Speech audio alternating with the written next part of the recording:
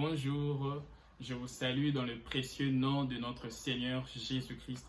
Je réponds au nom de Daniel et j'aimerais partager avec vous la bonne nouvelle de la grâce de Dieu. Nous sommes dans le livre des Romains, chapitre 6, le verset 23. Il est écrit « Car le salaire du péché, c'est la mort. Mais le don gratuit de Dieu, c'est la vie éternelle en Jésus-Christ, notre Seigneur.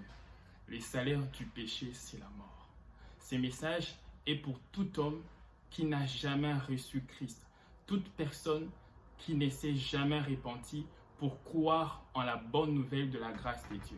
La bonne nouvelle de la grâce de Dieu est que tous ont péché et sont privés de la gloire de Dieu. Tout homme sur la terre a péché.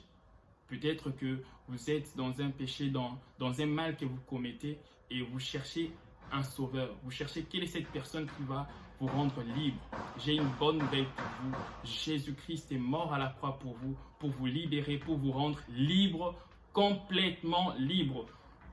La Bible déclare encore dans l'évangile de Jean,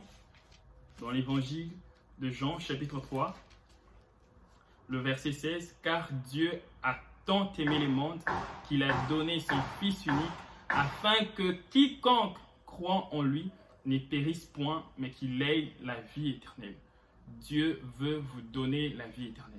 Il veut vous donner cette vie éternelle parce qu'il est amour, parce qu'il vous aime.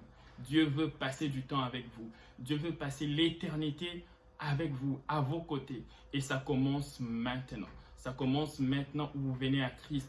Vous tournez votre cœur à Dieu. Vous dites, Christ, je viens à toi, Jésus. J'entends dire que tu es mort pour moi à la croix. Alors je viens de tout cœur te donner ma vie, te donner tout mon cœur. Pardonne mes péchés, pardonne mes fautes, Seigneur.